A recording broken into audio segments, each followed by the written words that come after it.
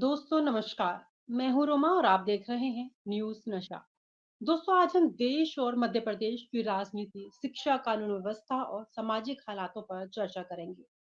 पहले हम आज सारी खबरों पर चर्चा करेंगे। जो पहली खबर है वो मध्य प्रदेश के मुख्यमंत्री मोहन यादव का 1 साल पूरा हो गया है।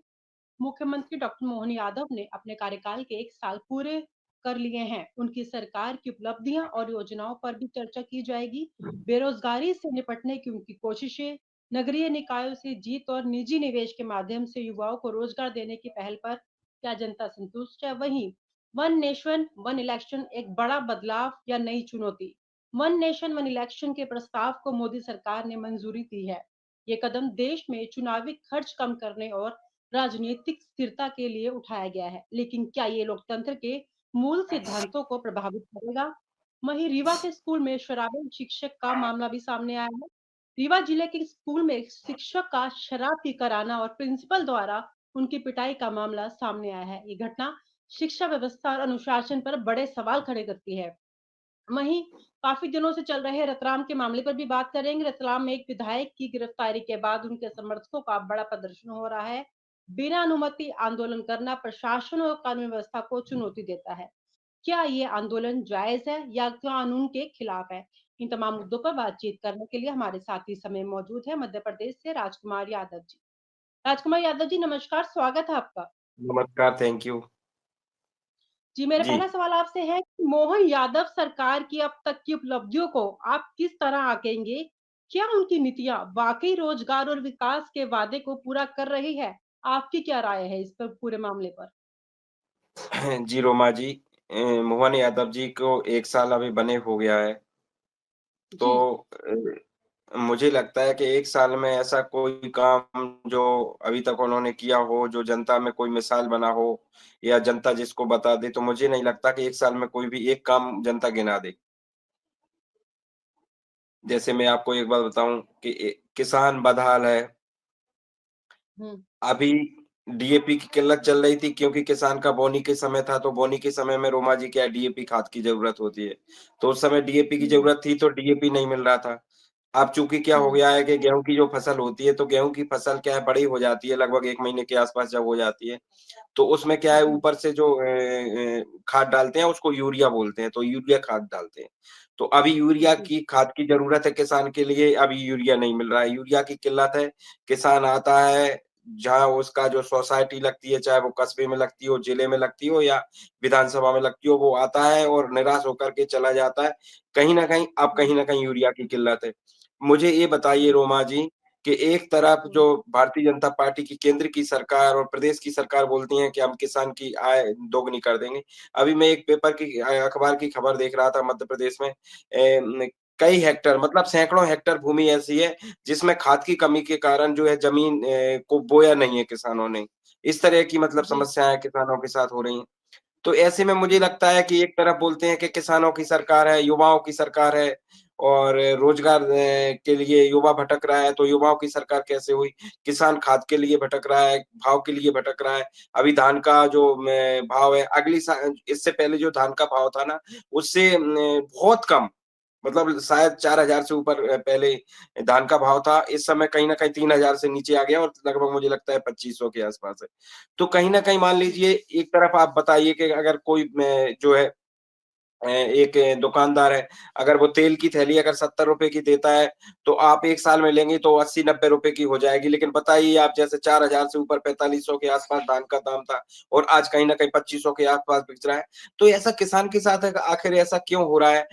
युवाओं को रोज़गार नहीं मिल रहा है। हम पहले देखते थे तो कहीं न कहीं युवा जब पढ़ाई-लिखाई करता था, पढ़ता-लिखता था, शहर-कस्बे में जाता था, तो उसको नौकरी मिलती थी, रोज़गार की बात करता था।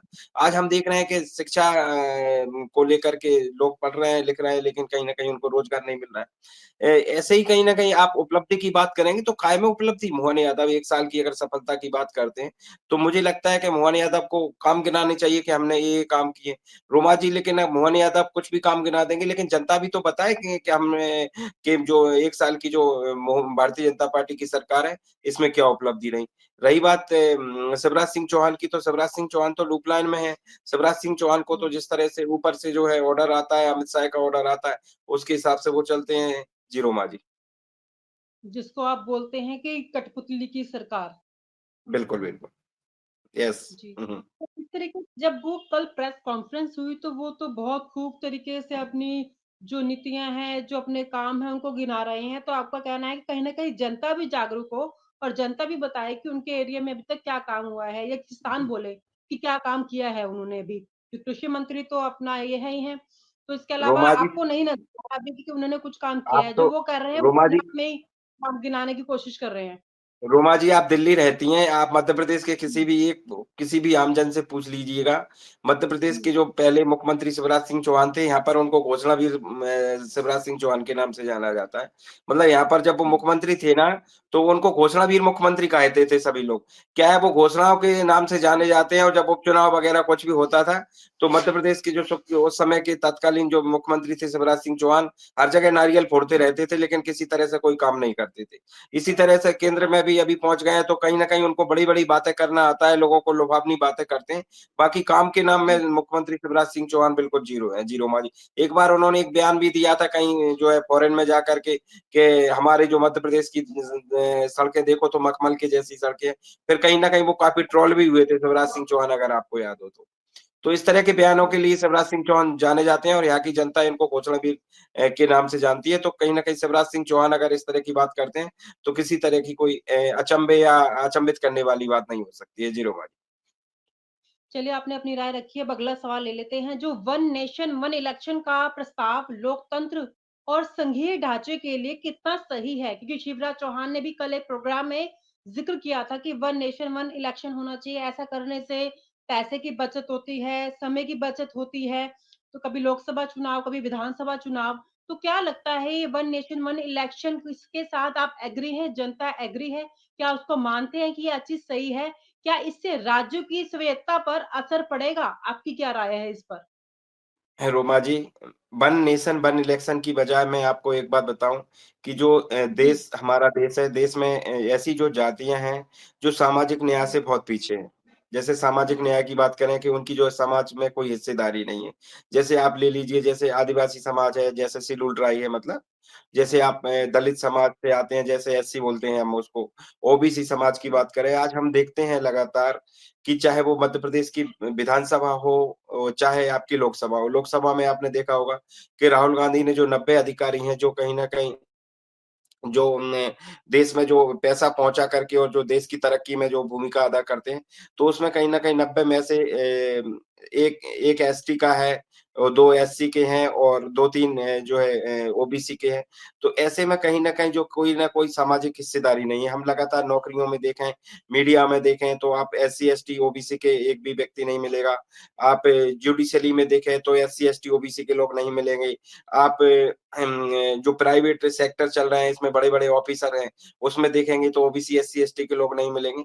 और मुझे लगता है कि कहीं न कहीं जैसे आईएएस, आईपीएस ले लीजिए आप, इस तरह से ले लीजिए तो वहाँ पे भी हिस्सेदारी नहीं है। तो जब एक तरफ बात होती है कि देश में वन नेशन और वन इलेक्शन की बात होती है रोमा जी, मुझे लगता है कि जिस देश में 80 करोड़ लोगों को जो है राशन के आधार पर अपनी जीवन यापन करना पड़ रहा है, ऐसे में नेशन वन इलेक्शन की बजाय वन नेशन, वन एजुकेशन और वन नेशन वन स्कूल जैसे मान लीजिए मैं आपको एक बात बताऊँ कि एक तरफ जो आईएएस, आईपीएस से लेकर के तहसीलदार, एसडीएम, कलेक्टर और एसपी मतलब या मंत्री, विधायक, सांसद इन लोगों के जो लड़के हैं ना, वो ऐसे प्राइवेट स्कूल में या फॉरेन में पढ़ते हैं, बड़ी-बड़ी संस्थानों में पढ़ते हैं।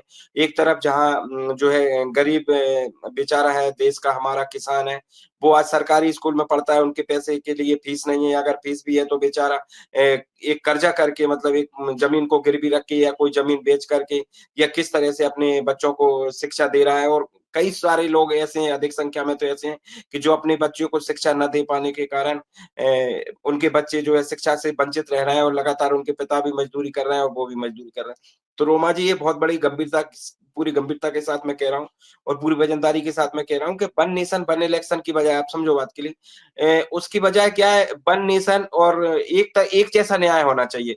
जैसे मान के चलो अगर न्याय भी हम देख रहे हैं तो न्याय भी कहीं न कहीं पक्षपात कर रहा है और अगर बात होती है जैसे मान लो एक अधिकारी का बच्चा, एक नेता का बच्चा अगर वीआईपी स्कूल में पढ़ रहा है फीस दे करके, और एक तरफ गरीब मजदूर का लड़का है, किसान का लड़का है, वो अगर मान लो उसके पास फीस के लिए पैसे नहीं है, तो कहीं न कहीं इसमें एक वन नेशन मतलब एक तरह से कानून होना चाहिए कि एक अधिकारी का नेता पढ़ेगा सरकारी स्कूल में, ये तो उसी में एक मजदूर का लड़का पढ़ेगा। इस तरह की एक एकता की बात या वन नेशन और वन समानता की बात हो, तब तो कहीं न कहीं जायज़ है। ऐसे में कहीं न कहीं देश हमारा जो है गुलामी की ओर जा रहा है, और हमारा जो मज़दूर है, जो किसान है और जो गरीब है, वो लगातार रोमा जी गरीब होता चला जा रहा है, और जो पैसे वाला है, वो लगातार पैसे वाला होता जा रहा है।